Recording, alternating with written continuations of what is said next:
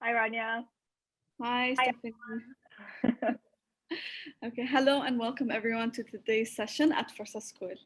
My name is Rania Jishi and I'm the founder of Naqd Critique. I'm also the co-founder of Forsa Initiative and the co-founder of Forsa School. Forsa School is a collaboration effort between Sharjah Art Foundation and Naqd Critique. It is an educational and professional program designed to equip art practitioners and creative freelancers with practical skills needed to understand and navigate structural and institutional systems related to the UAE's art industry. In today's session, we welcome our guest speaker, Stephanie Mahmoud, to talk about everyday budgeting and time management. Stephanie has over a decade working in experience working in marketing and project management and brand strategy. Her interests include art in all its forms, gardening, and the intersection of food and culture. She's a deeply organized but also deeply messy person at heart. She learned to use her professional skills in project management and to apply them in everything in life. Stephanie, welcome with us today. Hi, Rania. Thank you so much for having me. I'm so excited to be doing this. So I can't wait to get stuck into those conversations. And I also want to say for anyone who's listening or who's watching this right now, you can send us questions, I think. So we'll be able to see those. I hope I didn't get that wrong, but yes, and we'll Yeah, try so to answer them we'll too. be welcoming questions right after the presentation. So Yeah, Stephanie's going to be sharing with us a presentation. We're going to have some questions, and then we're going to open up the platform to Q&A at the last 15 minutes of our session today. So amazing. So I'm going to share my screen. yes. Um, okay, so today we're talking about two things that I think not just creatives struggle with, but probably every person on earth. I know it's certainly something that I've struggled with, and that's just budgeting and time management and staying sane while trying to juggle multiple projects, which I think is something that's happening a lot at the moment, especially for creatives, especially if you are a freelancer or a multi hyphenate, somebody who's doing more than one thing. It becomes challenging to juggle all of those things while retaining your sanity and meeting deadlines and making sure that you're earning enough money to be able to sustain yourself. So we'll try to talk about some of these things. We will take it bit by bit for sure. But yes, we're going to be starting with um, time management, right? Yes, Okay. yes. So the first thing is I want to talk a little bit about some of the things that I find are the most common struggles. They're things that I've definitely felt, I've seen people around me also feel, which is maybe not necessarily having full control of your time, of your finances, having a to do list, but being anxious about your to do list. So maybe rather than actually doing the to do list, you procrastinate, which leads to more anxiety, which then leads to a longer to do list, and so on and so forth. It's like Yes. this very vicious cycle. Constantly feeling like you're very busy all the time, but not really sure about exactly what you're accomplishing. Finding yourself saying yes to a lot of projects, and then realizing as you're doing the project, wait, this is taking up a lot more time than I originally thought it would. And now it's bleeding into other areas of my life.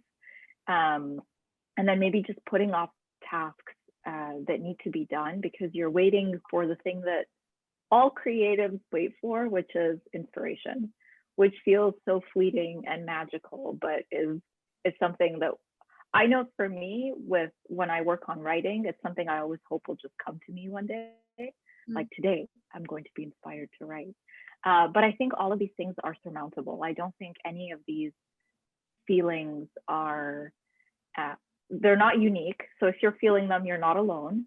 Everybody around you is not super organized and handling everything great. It's a very human, normal thing.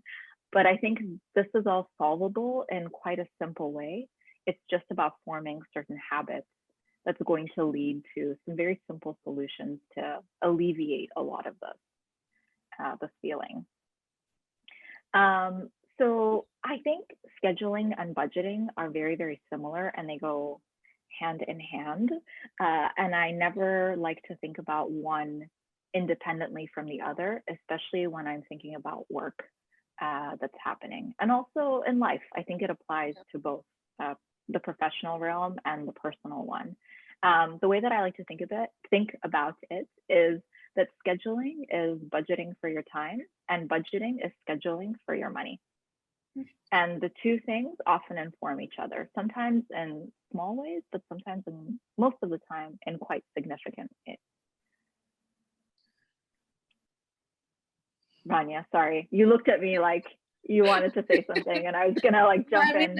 It is a simple mindset to try to take on and to practice, but yeah, like in our pre-meeting where we went through these steps, and they're all very simple, and some of these steps, some of us might know them or might not, but I think that we need to just switch on the mindset as we go on and look at all of these slides that you're going to be taking us through. So I just want to welcome everyone to a little bit open up, take notes today if you can, and ask questions at the end, because these are some simple solutions that you might know them, but they will help you along the way. Yeah, very simple. There's going to be nothing groundbreaking. Maybe the order that we do it in. I'll share some examples as well. I'll talk about the importance of why each one is important. But what I want to say is that these are habits. So it's the kind of thing where it seems really small. It seems, oh, this is silly. This can't possibly be the solution to all of these bigger problems that I'm having. But the thing is, if it's done consistently every day, if a little bit of thought and time is put into scheduling, if a little bit of thought and time is put into budgeting, then you suddenly start to have this overview of not just, okay, what does my day tomorrow look like, but what does my life for the next year look like, for the next couple of years? What am I accomplishing in the grander scheme of things? And I think that's what's really, really interesting with this. So let's get into it. First of all, I want to tell you the reasons I'm not qualified to talk about this. And that's, I'm not a professional organizer. I'm not a financial advisor. I'm not an accountant. I was not particularly good at math when I was in school, but I improved because I found that it was just such a practical skill. My background is marketing, project management, like Rania said. And even though I seem very, very organized, and I am in many ways, I'm also, there are moments where I'm so messy. So the struggle is very real.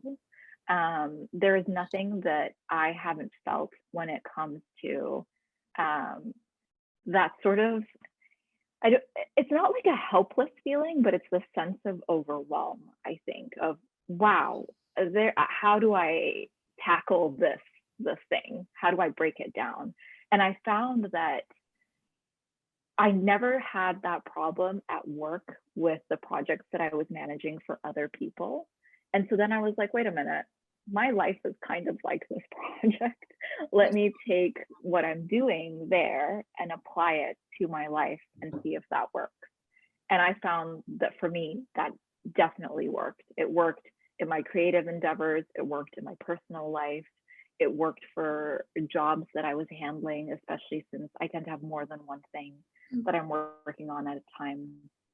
So yeah, let's get stuck in a little bit. Sure. I just want to say that having worked in a in a job that's not art related and working in a corporation a few years ago, I actually took on and implemented the mindset of the company and the company structure and organization. So thinking in terms of departments of the different things that I can do, but also planning the timeline and scheduling in a way similar to how companies operate. And for me personally, I found that very helpful and very useful. To apply as well. So it's interesting that you brought up the example of looking at how you work on projects and at work, but then implementing it in your life to organize yourself. So yes. Yeah, and I think that's one of the interesting things that you and I were talking about before the session started, which is looking at things across different disciplines and across different sectors. Sort of, because sometimes when, let's say, if you're in the creative field, maybe, I don't know, photography. You're looking at things the way that your field views it, the structures that are in place. But sometimes if you explore outside of that and say, okay, well, how is like tech doing this? Or how is construction doing this? Can I apply any of those ideas to my field? I think sometimes they're very interesting ideas that can be like pollinate or cross used across sectors. So yeah, I find that really, really interesting. Okay, so let's start with something that I think is really important before we begin with the scheduling and the budgeting, is try to create a dedicated space for your work. This doesn't have to be something that you go to great expenses or lengths to make for yourself. It just needs to be an area in your home if possible, but I know that that's not necessarily possible for everyone, that's functional and that's reserved for you to be able to do your work. And that it can look so many different ways. There's not one right way for the space to look. If you are somebody who makes sculpture or pottery, that might be a studio or an area in a studio that you rent out. If you are a writer and you enjoy people watching, you might choose a cafe that you love, and that's the area, the space that you go to every day to do the work. If you have the privilege of having an office at home, that's amazing. Make it work for you. Make sure it's comfortable, it has enough light, it has the tools that you need, but find a space. If you're a creative who's like, I lay in bed and I do my work, my first thing to say to you is that's not always going to be conducive for you, because you're not going to be able to have a separation between work and your life. And you will need that sometimes, no matter how much you love your work. Stephanie, I think we mentioned also in our previous meeting examples of people who have live in toxic environments, or who have this non-productive environment where they can go to public libraries and make it. You mentioned something is to keep it consistent. So find a space and make it consistent for them to always go to. And that enables them to build a routine and opens up a mindset to work, to just sit and produce whatever it is.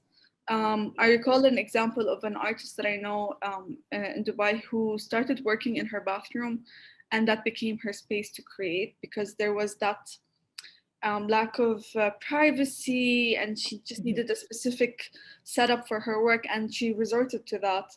And also one thing that I know of is, if you went to a university here, some of the universities, you still have access to them even after you've graduated. You have access to the library, to the facilities, you have access to use the space, and to just make that as your space if you cannot find studios to produce in, and so on. And also, luckily, like now we're at a better time where there's more studios available to use. Some where you can apply to, some that you have to rent out, some that work differently, and also some artists come together to rent out spaces collectively. But also I just wanted to mention the people who work in limited environments and toxic environments, on how they can manage that, because that's sometimes neglected and not thought of. So absolutely. Absolutely. And I think everybody comes at this from a very different place, either in your career or in your life. And you might not have access to an entire room in your house that's comfortable and easy for you to work from. We are very lucky to live in a country where there are free public libraries that are beautiful and quiet and have good Wi-Fi, so that's a good free option. And like you said, if you did go to university in the UAE, you probably still have access to those facilities. I know that I do, you do. So that's definitely something to take advantage of. But whatever it is, make it convenient and make it consistent. So something that you know is a space that you can go to, or that you can use day after day after day, as much as possible. So space, first, step one. Let's get that out of the way. Once we have a space, then we can move on to step two, which is scheduling. And I want to talk about some basics and why each of these things are important. These are the ones that I said to you, Rania, I think these are so simple. But the thing is like we tend to overlook them because they're so simple. So the first, and it seems so obvious when we're talking about scheduling, which is plan ahead of time. Do not schedule your day on the day itself. So what happens with scheduling is people think, you know what, I'm going to wake up tomorrow and figure out what my day looks like, and then I'll follow that day. But if you wait until the day itself to do it, what you're doing is, one, you're using up valuable time that you could be using on the projects that you need to work on. And also, some studies have shown that your decision-making abilities decrease as the day progresses because you only have like a finite amount of decisions that you are able to make well. And those tend to be from when you wake up until you go to sleep. So when you wake up tends to be the optimal time. And one of the examples that I love to use, because it's so widely used, you've all probably heard it already, but it's why, for example, like Steve Jobs always had one uniform, always wore the same thing every day because he didn't want to expend valuable decision-making, his valuable decision-making skills and his time on the day just choosing an outfit, basically. So it's the same with scheduling. Make your schedule the day before, or a week before, or even a month before, or a year before. And actually, we should be doing all of those things. And I'll get into the why. So that when you wake up in the morning, you know exactly where you need to be and what you need to be doing that day. And if there's no obstacles, then you're just going to go straight into it and do it. And it makes it so much easier. It seems minor, but it's not. Yeah. When you do schedule things, you want to write it down and you want to lock it in. This isn't something that you just put to memory and say, oh, I'll remember that I'm doing this. You need to just write it down, because when it's on paper, there's something about it becomes more formal. It's like, well, I wrote it down. I didn't just remember it vaguely or think that I was going to do it. So I've made this commitment to myself to do this thing and to allocate this time.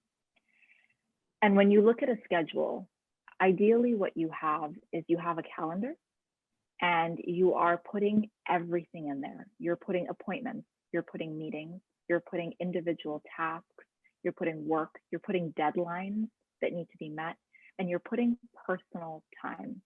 So you are scheduling things that are all of the important things in your life, even all of the trivial things in your life. If it is going to take up any of your time, it needs to be in your calendar. And I get a lot of eye rolls for this usually when I tell people, like, Stephanie, it seems so silly. It seems so silly to schedule every little thing. Surely I don't need to write that I'm going to have lunch with Rania for 20 minutes, for example. Yeah. And I'm always like, no, put it in there, because it's going to also help you make sure that you give something that's personal to you the right amount of time and attention. And also, so I'll give you an example. Let's say I have dinner at my friend Rania's house at 7 o'clock on Monday. I know that my work day that day, if I leave it and I'm like 7 o'clock Monday, I have dinner, and I just put it to memory and it's not written down, my workday might spill out till like 7 o'clock. And then I'm like, oh, I need to go to dinner and then be late for dinner. Yeah. But if I put it in my calendar, what I can say is dinner starts at 7, but actually what I'm blocking in my calendar is I'm blocking 5:30 till 9 p.m., which means I know that I have to be done with work by like 5:15, because then that's going to give me enough time to get ready, go grab dessert, drive over, and just be in a really relaxed, calm state to come and have dinner with my friend. And I think a lot of the burnout that we feel, and I don't know if this is true for you as well or not, but a lot of the burnout that we feel is we feel my work-life balance isn't great. Yeah. I feel like I'm spending a lot of time on work right now and maybe not so much on the things that matter to me, or maybe we fit in the dinners and the whatever it is, but they always feel rushed. They always feel like, oh, I was so late because I had a meeting. I was so late because I had a call. I was so late because I had to finish this thing. And then it doesn't feel relaxed anymore. We're not in that frame of mind to enjoy it. You know, I feel also like managing that time and setting the schedule, even on the personal life, is also a way of setting boundaries to people Yes, appreciate and respect your time. Like, for example, absolutely. something that I do is when I plan to see someone, knowing that that this certain person takes their time to arrive and then takes their time to leave or to wrap up the conversation that was Yeah, supposed to take 20 minutes, is that I actually block time after that for a task that's on my way to meet them, and I do it after I meet them. And I tell them ahead of time that I have this thing scheduled and I cannot move it. yeah. And that way, I give that person on a social and personal level the time that is needed for us to catch up Mm-hmm. or to cover whatever needs to be covered. But also, I Yeah, guarantee that we're gonna focus on whatever needs to be focused on, and then I'm gonna move. And it's not to like not appreciate a person or so on, but no, it allows you to give them more focus and more energy when you talk to them. While when someone takes burns out your day and takes most of your time and you don't set that boundary, you really start yeah, to resent seeing them and feel like, so I noticed that on a personal level, these things are actually very important. It's even important for those who you're meeting and those who you're going to see them, because also you being punctual guarantees that their day is going to be going well, and yeah, they're more likely to see you and meet you as well, because it's clear. absolutely. We agreed we're going to meet at this time. It's going to happen, Yeah. and that's that. Punctuality, yeah, punctuality is wonderful in your personal life. It shows people you care about them, and it's wonderful in your professional life. It shows the people that you are working with that you respect their time and that you are reliable. So, highly recommend it for that reason, like you said. But also, it helps create this framework where you become very realistic about your time as well, because you're saying, okay, well, I, if I have it written down and I've allocated what I think each one of these things deserves in terms of my time, you can't really overschedule and overstretch yourself because we all have a set number of hours in the day. So there's no way that you can put it when you physically put it into a schedule. You can't say, well, okay, I now magically have 27 hours in this day because I've decided that this is how many things I want to do on that day. You have to really just be like, okay, I Yeah, can only fit one lunch here. And yeah, then I have to do work, I have family things, I have errands. This is all that's going to work for me. So I think it creates a really nice way to be able to balance yeah, life. Um, so scheduling, in my view, and I think for a lot of people, it needs to happen on what I personally do is I do a weekly schedule at the end of the weekend so that I can see what's happening in the week coming up. And then yeah. I like to do a daily schedule every evening the day before. So that if something has changed for the next day, or if I need to adjust something, or if I think something's going to take more time or less time, or something's moved or canceled, I have a much clearer view of the next day and I can go into the next day without thinking about it then. Yes. But what's also great is monthly scheduling, Yeah. quarterly scheduling, and then yearly scheduling. And the monthly, the quarterly, and then the yearly, those are more for one larger projects and events. And they're also for your personal goals. And I think that's where it's really beneficial because sometimes when you get caught up in the daily schedule and Mm. the weekly schedule, you don't really see the The bigger bigger picture. picture. Yeah. Whereas I think what's really great, especially if you're working on personal artistic projects, is to set yourself a goal for a large chunk of time and then work out how it's going to happen in smaller chunks. So we'll go through a real example Yeah. in a few slides. But let's say, for example, you want to write a book. You set yourself 6 months to write a book. Yeah. What do you have to do every day for 6 months to Yeah. get to having written that book? It's not a lot. Yeah. It really It's isn't. just one goal. You know, Yeah, I used to work in Nasla, Middle East, and I remember we had a huge town hall, and like it was a huge yeah, meeting, and the CEO was talking, and he was talking about New Year resolutions, and he just said that when I see people plan 3 or 4 goals for that year, I know they're not going to do it. They're not going to get through it. You only Yeah. need 1, maybe 2, and that's it. Yeah. And it just resonates and it resonated in me that it's so true. It's just one goal, make it big, but break it down into chunks that you can Yeah. tackle over time. So Of yes, course. please take us through the example if you don't mind. Yeah, it can seem overwhelming to have one big thing, but when you break it down into smaller chunks, you're like, oh, each one of these things is not that bad. We're going to get to the example. I'll just run through these briefly. So setting priorities, really important. Set priorities that are work related and set personal priorities. So for example, if you have a specific deadline or if it's important to you to, let's say you have a mentor or a mentee that you need to be in touch with, that's a priority for you. Make sure that always gets time before anything else. And the same with your personal time. Personal priorities, family time, self-care, schedule it in, make sure you have it. Make sure you get 8 hours of sleep. If you need 8 hours of sleep or 7 hours, make sure you get the sleep that you need. It's going to help you function better. And then when you are allocating time to tasks, so let's say you have a calendar, whether it's a lunch, whether you're writing a chapter in a book, whether you are doing emails, be realistic about how long those things take. So I used to be very optimistic with this, and I used to be like, this I can do in 30 minutes. It'll be so fast, and so I can do 20 things tomorrow, and my to-do list will be done. It's not going to happen. If it doesn't actually take 30 minutes, you are setting yourself up for failure. Don't do it. Set yourself up for success. Put the amount of time that you think it's actually going to take and give yourself a buffer. Throw an extra 10, 15 minutes in there. It's okay. Because if you say, you know what, I'm going to do emails take an hour. I'm going to do emails from 8 a.m. to 9 a.m. tomorrow. And emails that only end up taking you 45 minutes, you are going to feel like a huge success. You're going to get a 15-minute break and you're going to be like, I'm ready to take on the next thing. So don't force. Don't try to force a task into time that isn't right for it.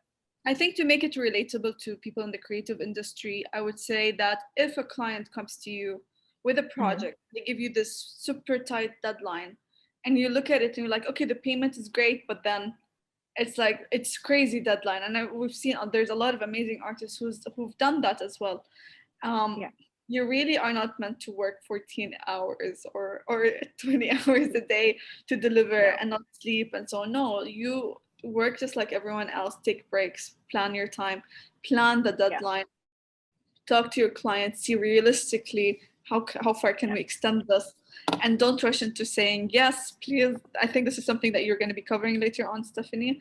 And just to break it down into a realistic timeline in alignment with all the other projects that you're working on.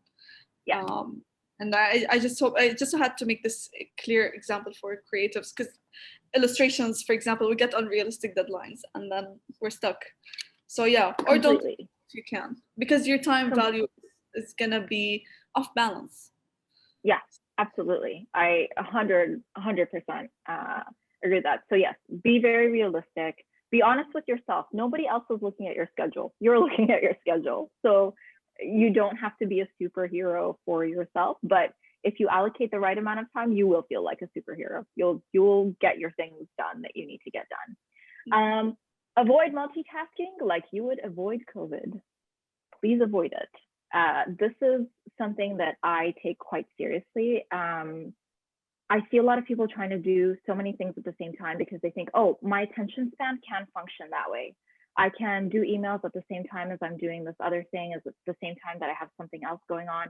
And it's like, if you do one thing at a time, your mind just gets into a flow, like into the zone of doing that one task. It will be done much, much faster. And you will get through your tasks. I really, really like this, grouping tasks that are similar and batching those tasks and then blocking out time to complete them. I love this, especially for tasks that I don't really enjoy. So something that I don't love is I don't love doing all of my accounting and invoicing. I like getting paid by clients. That's great. And so I want to make sure that I do that. But what I do is I have 2 set days a month where I allocate an hour on each one of those days, and all of my invoicing happens then. And it works for me. It means I don't think about it any other time. It means it's not distracting me. I'm not spending 10 minutes here and 15 minutes there trying to do that. It just all happens at a very set time. I think if you can just make it clear the difference between multitasking and like make it clear in grouping. How does it work? Because when you say multitasking, it could mean that I'm a photographer, but I also do illustrations, but I also do publishing. I do want to clarify. So I'm like that too. I do 20 different kinds of work, but what I mean is, when you're sitting down to work if it's a desk or if it's out in the field or if it's whatever, when you allocate a time to a task, only do that task. So let's say you've set aside 1 hour for writing the introduction to your book, as an example.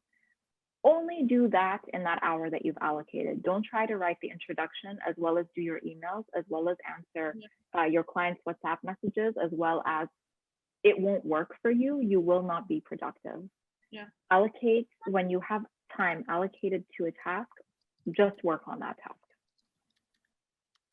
So that's more what I mean. But if you are a creative who does more than one thing, then perfect, because same. Most of us, same, especially during COVID times, we're all, doing different things. So there's a lot of time management involved in that for sure. And hopefully what we talk about is helpful to managing those things. So the last two are, one is expect surprises and allow space for them. There's always going to be a surprise, right? Somewhere in life, whether, for example, you have a big life event that you weren't expecting. Maybe you suddenly got engaged and now you're in the midst of planning a wedding. Or, for example, let's say you're unwell for a couple of days or a week or something like that happens. Anything, anything. Your car, you have a car accident, anything. We're not catastrophizing. It doesn't have to be a horrible thing. It can be a happy event. But sometimes there are events that are going to overwhelm and take over big parts of your life. And sometimes that happens in the professional world as well.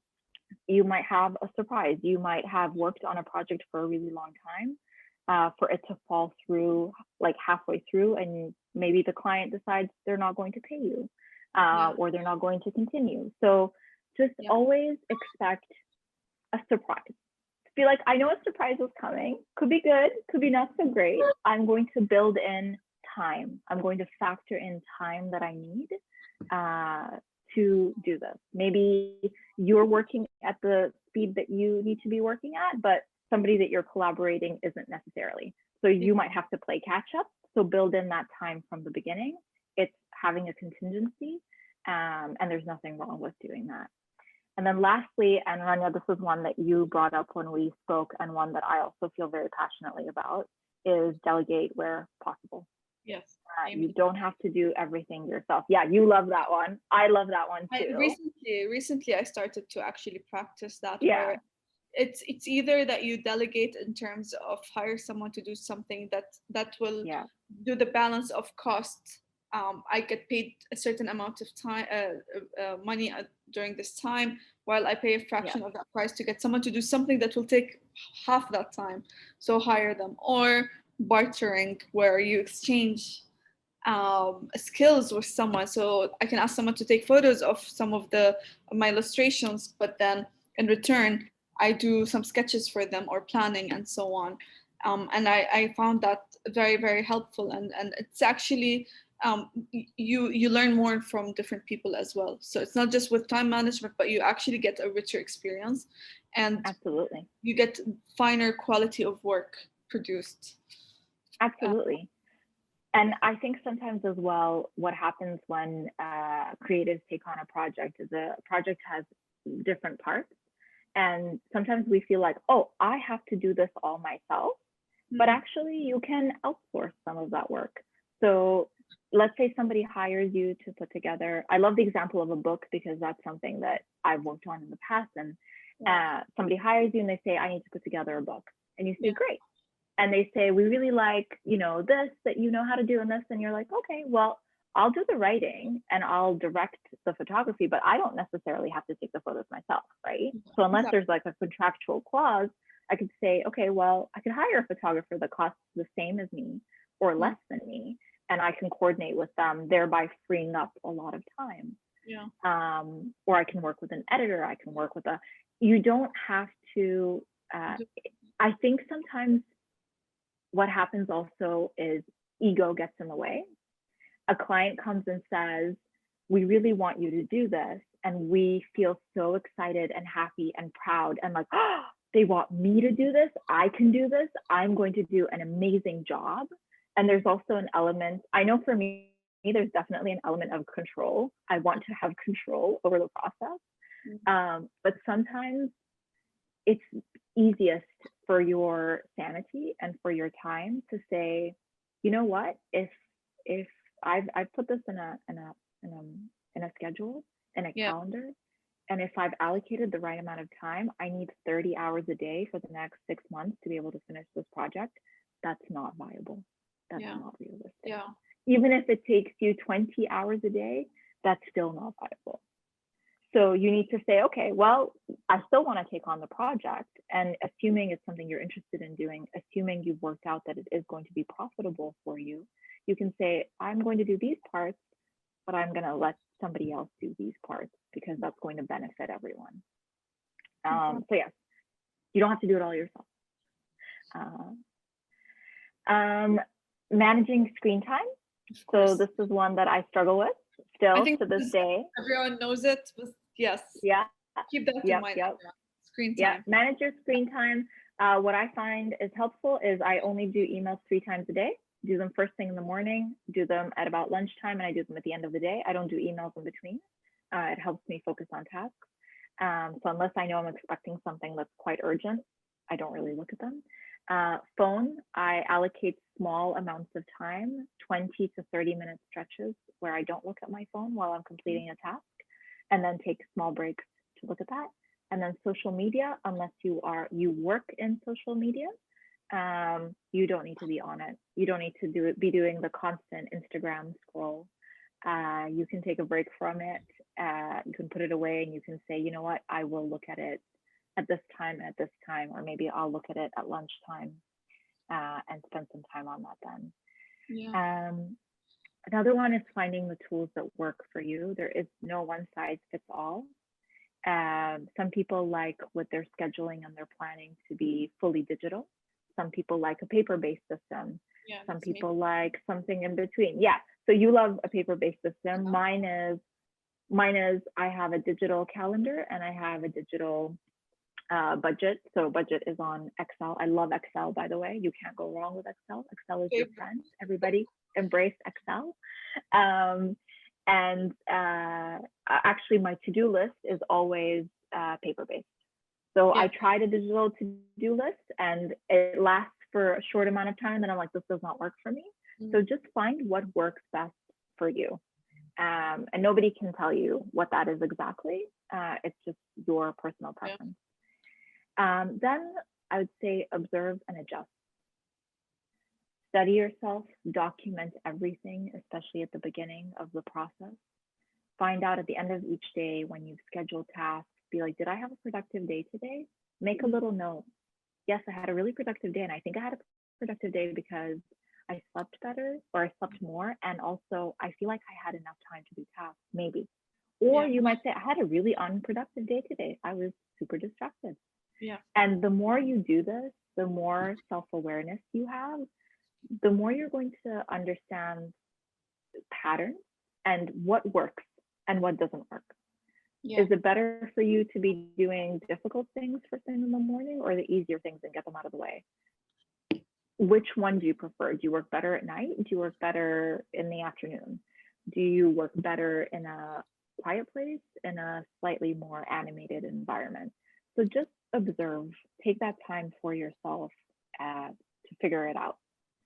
I think it's good to establish some sort of a routine that works for you. I think if I may, I would like to recommend a book that's called Daily Rituals: How Artists Work. Yes. It's a book that I actually bought a few years ago, and it had just a page or two on each artists, writers, musicians, and creative Yes. people.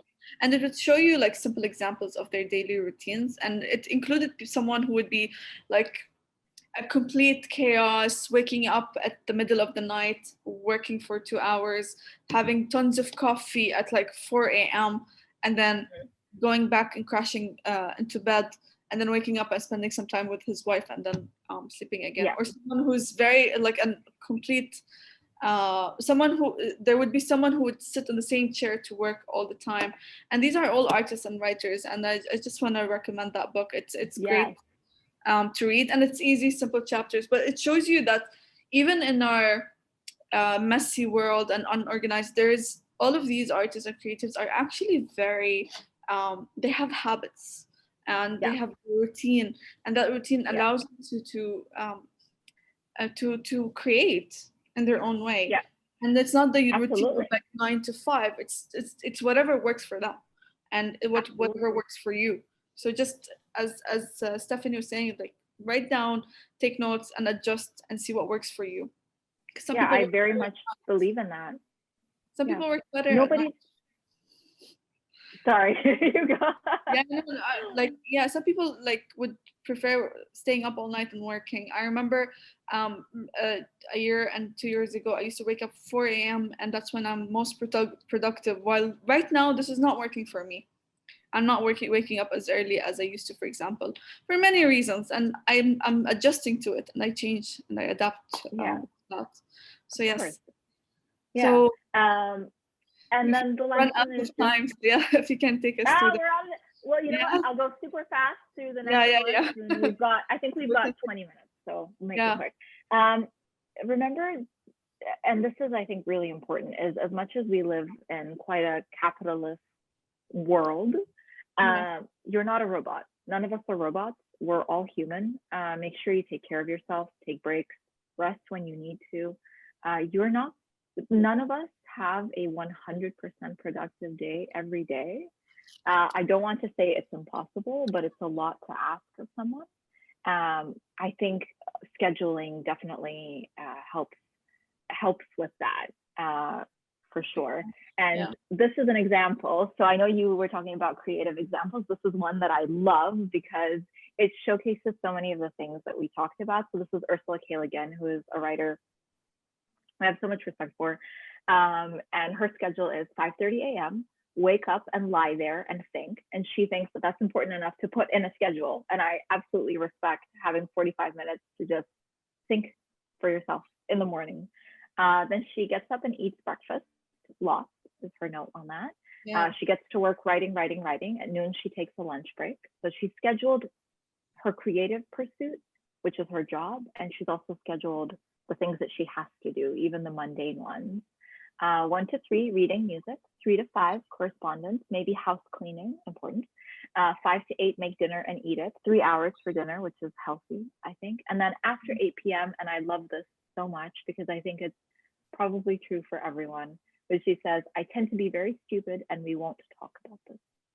So she knows that after 8 p.m., that's it. Her day is pretty much done. She's not going to be functional or write anything that's worth reading. So I do love that as an example of a schedule. Okay, so the things that we talked about just now, all of those steps, those are great if you're starting from a clean slate. You're like, oh, I have nothing on my plate. I can implement all of these ideas. But if you're in the thick of it right now and you currently have 3 or 4 or 5 or 6 projects happening, you are probably a little bit frazzled, have a lot going on. What can you do right now to help? Let's untangle the mess and let's see the steps to do it. So first is make a list of every project you currently have in hand. Prioritize that list by due date. So which project is due first, which project is due latest, the farthest out from you. And then under each project, list out the individual tasks that need to be completed for that project. allocate a time to each of those tasks, be as specific as you can, and then schedule each of those tasks and corresponding times into a calendar leading up to the due date. So what that might look like is this. So let's say you're putting together a city guidebook for someone. Could be a tourism board, it could be anything. Basic scheduling, what it would look like on a practical level, is breaking down the steps in the project. So outline the chapters, hire and brief a photographer, write, and breaking down the writing into sections. Hiring an editor and awaiting final edits, hire and brief a graphic designer, revisions and edits, going through final proof, when the book goes to the printer and how long it stays there, and then when you actually will physically have the book in hand and what's the due date for it. This is a very basic example. If I were to, you know your industry best. If I had to do this for me, it would probably have 3 times the number of steps, because I would break down each step into even more detail and allocate time. And what I always recommend is work backwards. So let's say you have something due March 25th, which is the date that I've put here, based on the time that I've allocated to it. Then you start to be like, okay, if it's going to be due on March 25th and I want to have a 2-week buffer in case there are delays, I actually need to have the final product on March 10th or 12th. For me to have the final book on March 10th or 12th, when am I going to be getting it, sending it to the printer? The printer needs 10 days. What's 10 days before then? And you work your way backwards to now. But that means also having an awareness of everyone you're working with, their timelines, and also your own personal timelines for each of those steps. Yeah. Yeah. I think it's also important to point out to people who work full-time jobs that are outside of their creative industry, mothers, people who have family, fathers, and so on, that sometimes this, you would think it's not realistic and it's almost impossible to allocate time and plan a project. But actually, if you follow such steps and you decide to dedicate 2 hours a day for 5 days a week or 3 days a week to take on these steps, it will take longer to reach the end point, but it is achievable. It's just breaking it down to chunks that work realistically with your lifestyle. There's people who work 10 hours working in a store or working in a job that they don't like, and they don't see an exit because they feel impossible. They don't have the energy to sit and focus and do all of this. And just maybe dedicating 2 hours twice a week or 3 times a week is what works for them, and plan it that way and break it down, schedule it. Your timeline will be 2 years instead of 1 year, but it is a timeline. It is achievable, and time is going by, and you can do it. And it's just really break down these steps and try to implement them. Absolutely, 100%. Also, I appreciate the irony of us maybe running 5 minutes over on a talk about scheduling and budget, but I think we'll make it. We'll make it pretty close to the deadline. Sure. So, okay, I want to talk a little bit about, so scheduling, we'll take questions at the end. And if anyone who's attending this is coming to the private session in a couple of days, I look forward to seeing you then, because we'll go through a lot of detail. But budgeting is the second part of this, and we are touching on this a little bit less. I know some other instructors have discussed money, budgeting, and I definitely urge everybody to look at their presentations too, because there have been some wonderful ones, and I don't want to cover the same ground. But some things that I think are important and just worth talking about now are, a lot of times when people are overwhelmed with work, some of that stress and overwhelm comes from money being a worry or a concern. So for example, someone who takes on an extra project, or who takes on a project that takes a lot of time, because the money, they're like, oh, that money is really good. It's a really good amount of money and I need that. And there's nothing wrong with that. That's why most of us take on work. But sometimes I think when you don't have a very clear idea of your day-to-day costs, and I'm talking down to like the dirham, basically, it's very easy to say, I think I need more resources. I think I need more, I need more money this month or this quarter or this year. because you feel like maybe you're coming from a place of, oh, I don't actually have a very clear idea. But if you have a good budget, a good grasp of all of the money that is available to you, you might say, you know what, I can cut back some expenses over the next few months and make up the difference of what taking on this project that would take up so much of my time and energy and make me lose focus on other things that I'm doing. So I find having a very clear grasp of your personal day-to-day finances to be extremely, extremely important. And yeah, if anybody has any questions for me about that, I'm very, very happy to answer them. I'm a convert. I track everything. I honestly think that, and it's so funny because I was listening to a video with Gary Vee. He's an inspirational marketing person, just very, a very well-known figure that I recommend people to look at his videos. And he was talking about how people focus more on making money instead of saving money. Also, yeah. And there's that. This is very like. People don't know how to work with money. You keep thinking, how can I bring in more, but not how can I save. Some people have the mindset set of I can't remember. I lost it. It was at the tip of my tongue, but I lost it. A penny saved is a penny earned, basically. Yeah. And it doesn't mean that you go stingy and you don't spend any money, but like be smart. I remember one year I got so many fines with the driving fines that I decided to install an app that charges a minimum fee. I decided to upgrade my data because I used to drive long distance to have an app that shows me the speeding, the speed limit. And I from so many fines, I'm so embarrassed to say, to 0 fines. Yeah. And I just paid a little extra amount to get data to make sure that I have that. And it's an embarrassing side of me, but yes, that's something that I don't think it's embarrassing. That's the thing. I think a lot of time there's this big taboo, this awkwardness around talking about money, whether it's how much are we earning when we're in a certain industry, especially in the creative field where the range is so vast.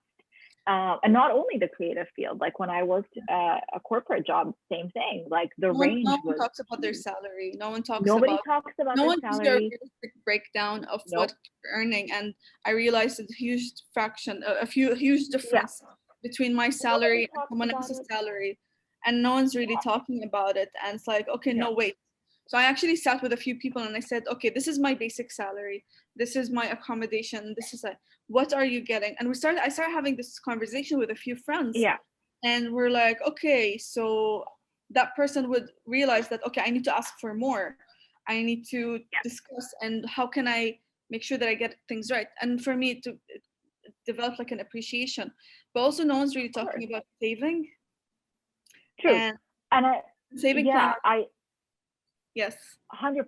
Before we get to the savings, I just want to touch on something really quickly. In the creative field, people don't post their rates publicly, right? So you can go and you want to hire a creative, a freelancer, whatever, somebody to do some photography, some illustration, some design, whatever, and the rates aren't posted. Okay, and that's fine. You don't want to share your rates. Okay, I see the thought process behind it. And I think, for example, for me, I don't share my rates publicly because it's different project to project. And I don't want a client to go and say, oh, okay, Stephanie charges this much. And then I'm like, no, your project scope is very, very different. So that's not necessarily the rate. But I think it's very important to talk to other people in the industry and to be transparent and to say, you know what, I'm only earning, I'm going to use really simple numbers. So easy math. I'm earning 1,000 dirhams for this kind of work. How much do you charge for that? And they might say, oh, I charge 4. So then you can say, okay, how can you charge 4? Why are you charging 4? How does that work? And I think it really, really, really helps. It helps the creative industry as a whole because it makes sure that it's valued where it should be. Yeah. Whereas if people are really undercharging because they don't necessarily know how much to charge, or they think, oh, I think I'm charging enough, but I'm not really sure, then it undercuts people who've worked a very, very long time to establish themselves um, in Yeah. a certain market. Yeah. And I think Dana did a great talk on how to price yourself, Yes. price your Yeah. product and price your services. So I've read it. everybody can take, Yes. Yeah. a look at Right. that. Yeah. Like, And then, yeah. yeah, and then savings, very Yeah. important. Always save money, even if it's a tiny amount. Rania, you had some great examples Yeah, about those. so I follow the rule of attempting to follow the rule of Yeah. saving 30% of my income, whatever my income is. And when I first started, that was in the form of putting 30% in a piggy bank. Hmm. And Yeah. I'm very happy I did that, because I mentioned to you, Stephanie, that having that amount going into my piggy bank, it's cash, Yeah. little money, allowed me to buy a car at a certain point where I needed a car. I didn't have a car. I Um, know.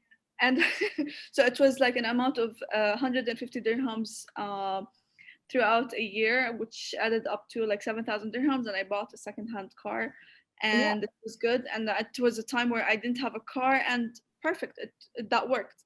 But also that worked when in terms of saving for big plans. Right now, as my salary grew, as I took on more commissions and so on, if the 30% or 35 30% doesn't work, then make it 25, or make it or 20 or Hmm. 15, but save and be consistent. The other thing that 100%. is very important, people don't talk about, don't plan, especially during the pandemic. When I did Forsa database, having conversations with the applicants, realized that a lot of them didn't have emergency funds. Yeah. And an emergency fund is 5% of your salary that you do not touch it. And this can Yes. go into anything that happens. Something breaks in your car and it's not expected at all, not covered by Yeah. service or insurance. It can be that you have dental work that you really have to do and you Hmm. cannot delay. Emergency flight that you have to take to see, Yeah. God forbid, family member. Someone in your family really needed money. Suddenly your sister or your brother decides to get married and they're short on cash, and you want to gift them something special. Yeah. It could be anything, but that 5% of your salary, Absolutely. if you manage to do the 35% saving throughout a few years, one way that you can reward yourself is to, let's say that there's a project you really want to work on, equipment you really want to buy, something that basically helps you invest in developing and Yeah. invest in your future. In terms of investments, and this is something that I've read about, all of these are things I've read about from finance books and financial experts, is that you take out 10% of your savings, not your Hmm. salary, not any of that, 10% of your savings annually. And that goes into investment where there's the risk of return or nothing, you lose. But it's Yep. only 10% and you don't do more than that. And that way you guarantee the sustained growth of your income. But also investing doesn't always have to be money. Sometimes a friend of mine taught me that she invested by paying her brother's tuition to college, and that was her Yeah. one of her biggest investments, or buying a house, or so on. So it's really like really have or be open to that cash is not always it, it's other things as well. Yeah. But a certain amount of cash that will help Absolutely. you survive 6 months to a year in case all sources of income are lost, that is what you need to have, a minimum of 6 months to 1 year. Yeah. A lot of people don't have that knowledge or have that No. mindset to establish. We don't take ourselves seriously, that things can happen, Yeah. things And I life. think COVID has shown everyone that, yep, things can definitely happen that we Yes. don't even imagine happening. Exactly. I So, mean, like yeah. example is employees from Emirates Airlines or other corporations, restaurants, waiters. All of these people lost their jobs suddenly, and a lot of them, if it wasn't for savings, there's nowhere to go. There's nothing to do. So it really makes a huge difference to establish that.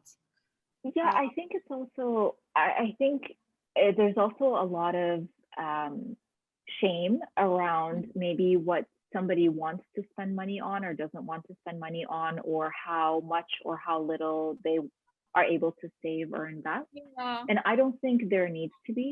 yeah, If you are especially in the creative industry, if you're somebody who is able to sustain yourself, going through a rough patch is nothing to be embarrassed by. If you are able to save 100 dirhams a week, that's amazing. That's great. There is also nothing to be ashamed about. If you go through some months where you're like, hey, I saved like 50 dirhams this month.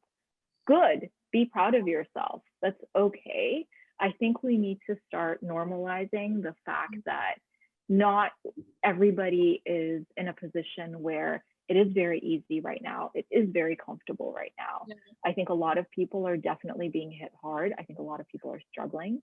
I think having a safety net as much as you can, definitely. Yes. Even if you have to get sometimes you have to get a job that you don't really like, but it will provide you with a source of income and the time to really reach to a certain goal. Do it.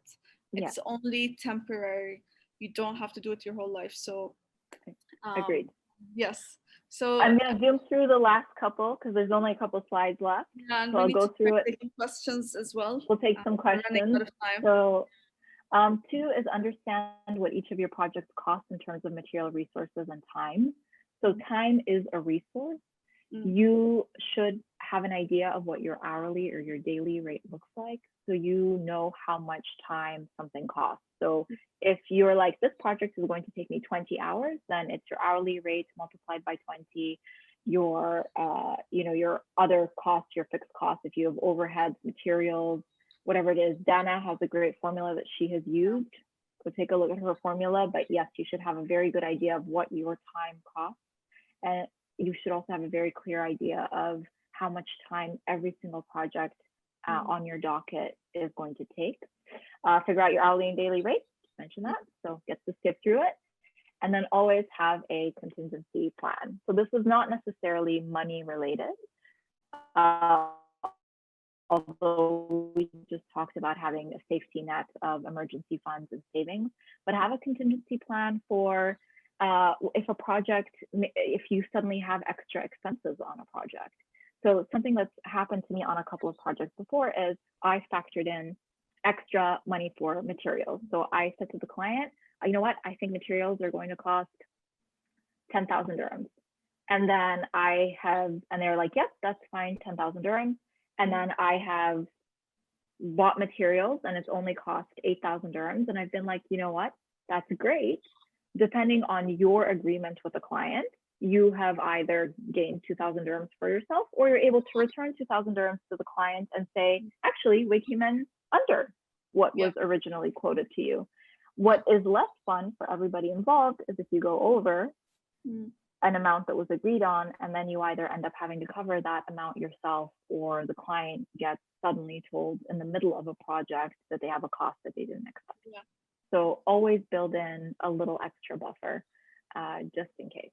So that's always a good thing. And lastly, the final slide is just something, because I'm aware that this is a creatively targeted talk, is inspiration. We all sit there and we wait for inspiration to come to us.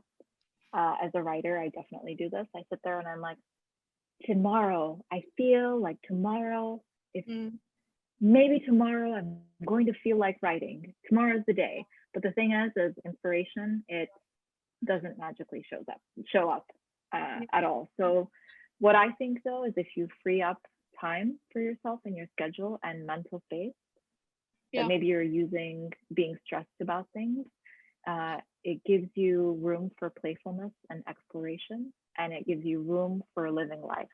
And that's where you're going to find inspiration ultimately.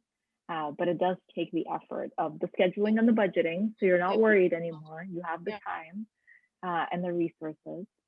And then while most of us, this is the last thought that I want to leave everyone with, which is while most of us in the creative field are passionate about what we do, it's important to remember that ultimately we work so that we can live, and not the other way around. As cliche as that sounds, and it is very cliche, I admit, but I love that, because sometimes I think about it and I think, I know where the priority is.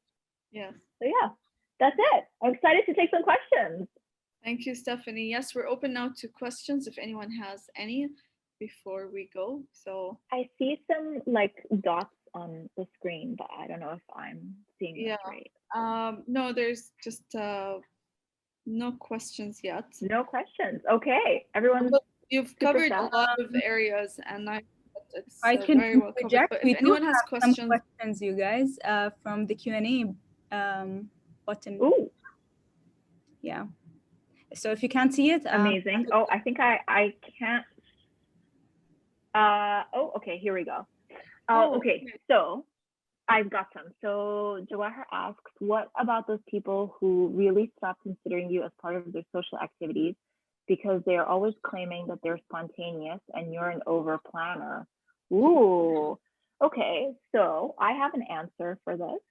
My answer for this is if you have scheduled in, if you have a friend and you know this friend, usually evenings is when she's going to suddenly maybe contact you, but you've scheduled your time where you know your work is always going to be done by a certain time of day, you're going to have free time. And if you've actually planned enough ahead of time, you're suddenly going to be able to say, you know what, I'm not working so close to a deadline. My spontaneous friend has contacted me. She's important to me. I want to spend time with her or him or them, not sure. I'm going to move this piece of work that I was going to do today to tomorrow because it doesn't make a difference to my deadline because I'm not cutting it so close, and spend time with my friends. So that's what I would do to that. Is that a good answer, Rania? Do you think? Do you want to add I anything think to that? there's that answer, and there's the answer of like really evaluate the value of how with the of how spending that time with Yeah. some people like that, because it could be constructive and sometimes it could be that they pull you down. So just be aware of that and filter it and decide based on what you see is important. Nadine has a question which I think you've Yep. answered already, which is the unexpected timelines where she's not able to deliver on time, and Yeah. if the best way is to work backwards. And I think you've answered that, I hope. Yeah.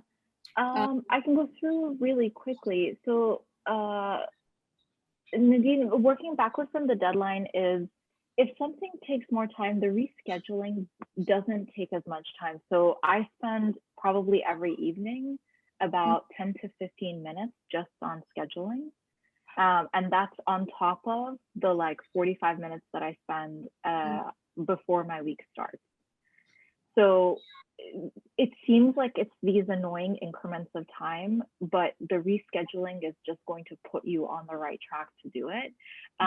If you have any specific like any specific questions, like examples of what it is, I will pop my email in there, and I'm very happy to answer or to help you work backwards in an email. So happy to do that. Do we have any more? Altimash.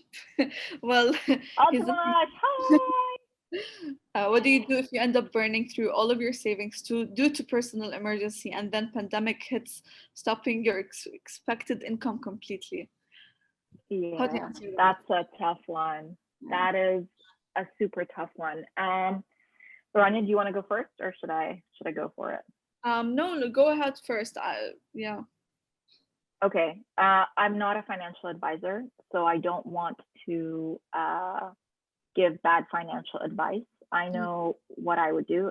If you have a support system or a network where that's able to help you, and that help can look lots of different ways, whether it's bringing you on projects and paying you for those projects, helping you with just basic expenses, food, living, whatever it is. I always go to that as a first option. Second option, and this one is if you are generally a financially responsible person with a view where you're like, you know what, I'm not making money now, but I know that I am going to, and I can see, and here's the plan where it's going to happen. Maybe applying for a grant first, a creative grant if you're able to, or taking on a small loan just to keep you afloat that is very easy to pay monthly, just over a slightly longer stretch of time. But that's not I never feel comfortable suggesting that. I just feel comfortable saying that if you are in a position where you're like, look, I don't have enough money, I don't have a support system, but I know that if my mind is not stressed and I'm able to focus and go out and get the work and do the work, I will have money and it's going to be okay. It's just, I have to know that I can pay my bills. Then I would say a small loan is probably not a bad idea. But talk to your bank and a financial advisor, two things that I am not. So that's my caveat with that, for sure. What else is there? Even I've gotten super organized. It eventually starts to unravel as things get more and more busy. Okay, Altamas, yes, this happens to all of us. Allocate time to each of the projects one at a time. And I promise you'll fit in that time, because if you have the habit of doing it as things get busier, that habit is going to stay. You're just going to slot those tasks in. And do I do coaching services? Do I help people organize their time and space? Yes, I do. All of those things. So absolutely happy to talk about that. But you are in my private session, so we will cover that then too. It's an anonymous attendee, so I'm not sure if it's someone that will be in the closed session, or if it's anonymous. Maybe it wasn't Altamash. Sorry, Altamash. I thought it was you. No, so it's not. It's somebody else. Maybe write in your email, and also Stephanie is tagged in the post on Naqd Critique account. So just click on the tags and you will find her there, and you can follow her account and get in touch with her. Very happy to get you all organized as much as possible, so we can all have a great 2021. Stephanie, thank you so much for today. I really appreciate all the advice, and the presentation and the flow of the information was very helpful. I hope everyone benefited from the session. Thank you everyone for tuning in, and please stay tuned for our next session with Nahla Tabba with Kevin Jones. Starts at 7 p.m. And tomorrow as well with Munira Saikh at 5 p.m. And then we'll return next month with more public sessions for everyone to attend. And it's such amazing programming. Yes. It's such amazing programming. Thank you. Thank you so much for having me. Have a lovely evening. So take care. Bye. Bye, Rania. Bye. Everyone.